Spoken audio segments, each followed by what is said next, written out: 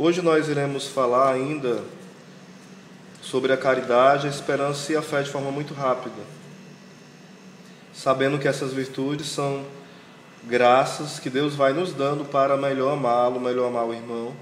São virtudes chamadas virtudes teologais. Fala o seguinte, o catecismo no parágrafo 20, 95. As virtudes teologais de fé, esperança e caridade dão forma às virtudes morais e as vivificam. O que quer dizer isso?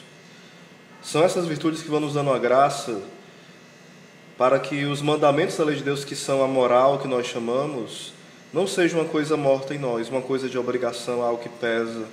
Ou seja, eu vou à missa ao domingo porque é uma obrigação, porque é um peso. Não, não é dessa forma.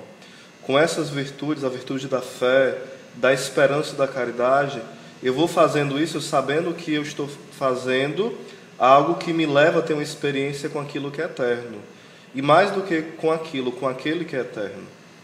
Então isso vai nos vivificando, vai nos dando uma vida nova, vai gerando em nós um coração livre, livre para adorar a Deus. Mas eu queria me deter um pouco mais hoje, passando um pouquinho mais rápido por essas passagens da fé, esperança e caridade. Você pode procurar estudar melhor isso no parágrafo, deixa eu ver aqui, 20, 90, 20, 87 e 20, 94.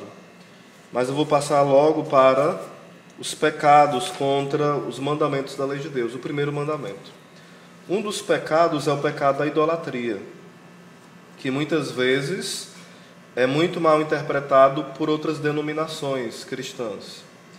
E hoje o catecismo vai nos indicando o caminho certo para nós entendermos quais são esses pecados contra o primeiro mandamento. Você vai ver uma lista: a idolatria, a incredulidade, a adivinhação, a magia, a irreligião, as superstições, o ateísmo, o agnosticismo e tantos outros pecados. Hoje vamos deter um pouco sobre a idolatria.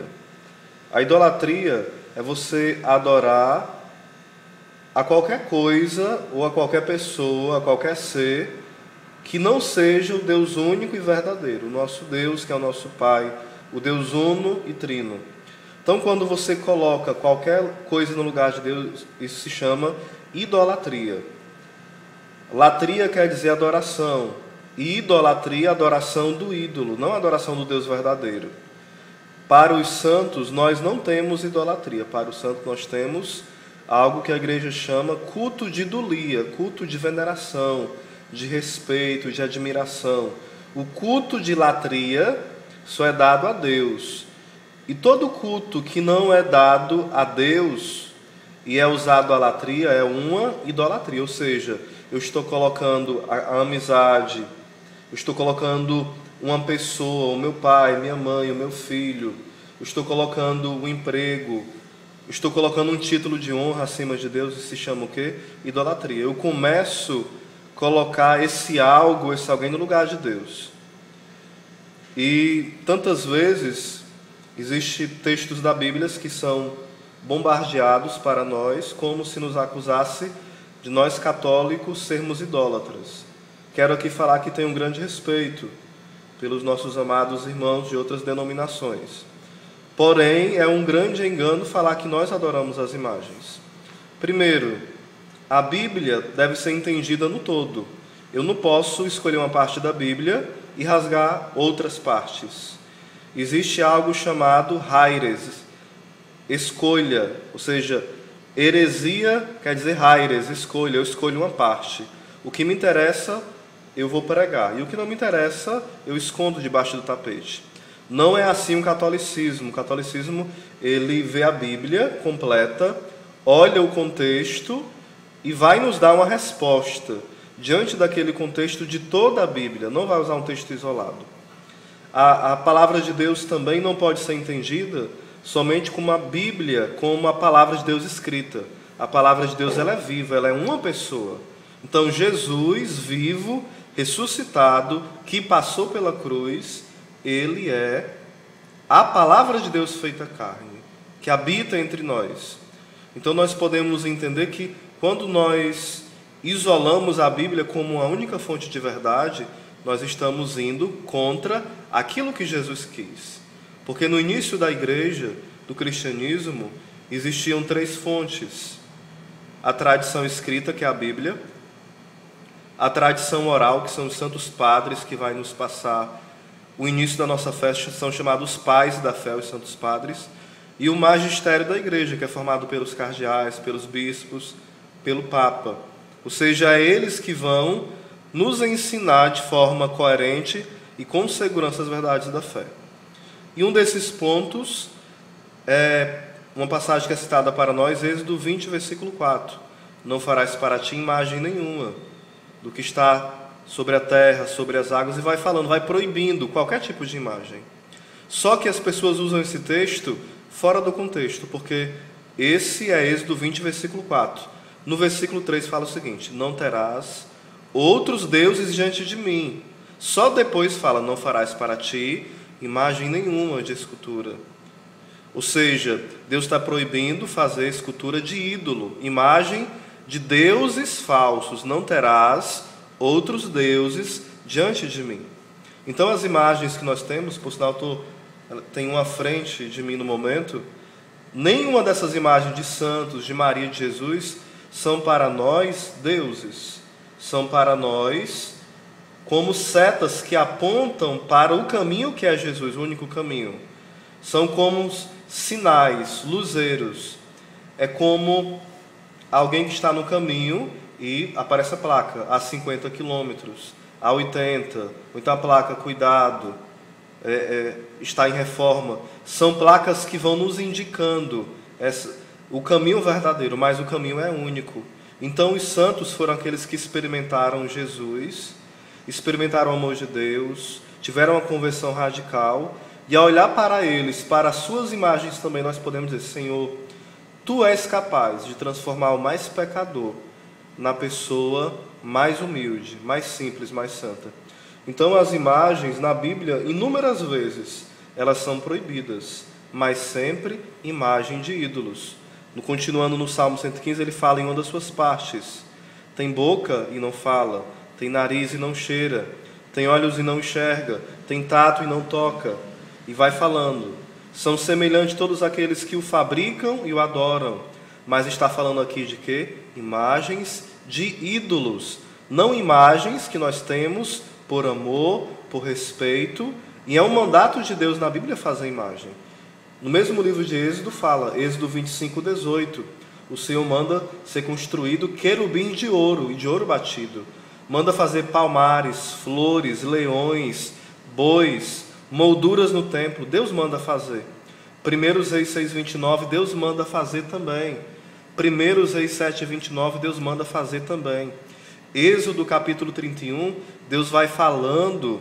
Êxodo capítulo 31, você pode ler o capítulo todo para entender o contexto. Êxodo capítulo 31, Deus vai falando que Deus derrama o seu espírito de sabedoria e de inteligência para fazer toda a obra de artesanato, de ouro. Ou seja, Deus está falando que Ele derrama o seu espírito para inspirar a construção da imagem. Se é algo contra Deus, como é que Deus vai derramar o seu espírito e inspirar? Claro que não. Nós também podemos perceber Números 21, onde Deus manda construir a serpente de bronze. E todos aqueles que olhassem, eles seriam curados da picada da serpente. Isso aconteceu no deserto quando o povo começou a reclamar de Deus. E eles são castigados com picada de serpentes venenosas. Porém Moisés intercede e Deus manda construir uma serpente de bronze. E todo aquele que olhasse seria curado, simbolizando a nossa cura do pecado. E Jesus vai usar em João capítulo 3 esse simbolismo. E Jesus fala: assim como Moisés levantou a serpente no deserto, o Filho do Homem será levantado. Ou seja, Jesus pega uma passagem do Antigo Testamento e faz analogia à sua morte, esse simbolismo. Então, foi uma passagem que ia simbolizar a morte de Cristo, Números 21. Porém, lá em Reis, o povo começa a adorar essa mesma serpente. Não mais veneram, mas adoram. E Deus se desagrada com isso e manda que seja quebrada. Ou seja, é muito claro, toda vez que na Bíblia o povo adora as imagens, Deus abomina. E todas as vezes que Deus manda fazer imagem, é para veneração. Deus não mudou de ideia. Ah não, Deus agora quer, agora não quer, agora quer, agora não quer. Não. Deus ele só tem uma palavra. Porém essa palavra tem que ser entendida pelo olhar, pelo ouvido da fé. Podemos também perceber que Jesus, o próprio Deus, ele ia ter esse cuidado. Por que era tão proibido o uso das imagens no Antigo Testamento? Porque o povo de Israel era cercado por muitos povos pagãos. O povo de Israel era monoteísta, ou seja, adorava um único Deus. Porém, os outros povos adoravam inúmeros deuses. E o Senhor, para os livrar dessa tentação, ia educando a eles não fazerem imagens, só nos momentos que Deus mandava. Em poucos momentos, mas são mais de 11 citações bíblicas que Deus manda fazer. É tanto que na Arca da Aliança tinha os 2 querubins de ouro. Podemos perceber também que Jesus, ele é Deus encarnado, é o Deus feito homem. E Jesus inaugura a nova economia das imagens. Ou seja, até então ninguém tinha visto a Deus. Mas Jesus se encarnando, ele diz, eu sou o rosto do Pai. É como se Jesus falasse para nós, olhem para mim e vejam o Pai. É o que ele falou para Filipe, quando Filipe pergunta, Senhor, basta que mostre-nos o Pai, e isso nos bastará. E o Senhor fala, há tanto tempo estou convosco, quem me vê, vê o Pai. Ou seja, Jesus ele vai inaugurando essa época das imagens.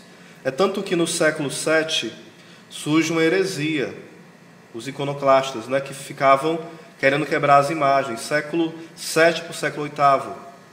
E o concílio de Niceia, ele bate o martelo, não, as imagens devem ser veneradas, porque desde o início da igreja, os cristãos já veneravam as imagens, desde o início. Não foi no século VII, século VIII que decidiram. No século VIII foi batido o martelo porque tinha hereges, pessoas que não aceitavam, e a igreja se posicionou, mostrando que a fé de sempre foi usar imagens. Porém, devemos ter certos cuidados, porque muitas vezes a gente pode cair na tentação de começar a achar que nós somos católicos modernos. Não sou católico moderno, não tenho nenhuma imagem lá dentro de casa. Errado. Repito, errado. O católico ele pode ter imagem dentro de casa, sim. Como diz o padre Zezinho, eu tenho um fósforo dentro de casa e não sou um incendiário. Eu tenho uma faca e eu não sou um assassino. Eu tenho uma imagem e eu não sou um idólatra. Repetindo para você guardar no coração. Decoração, guardar no coração.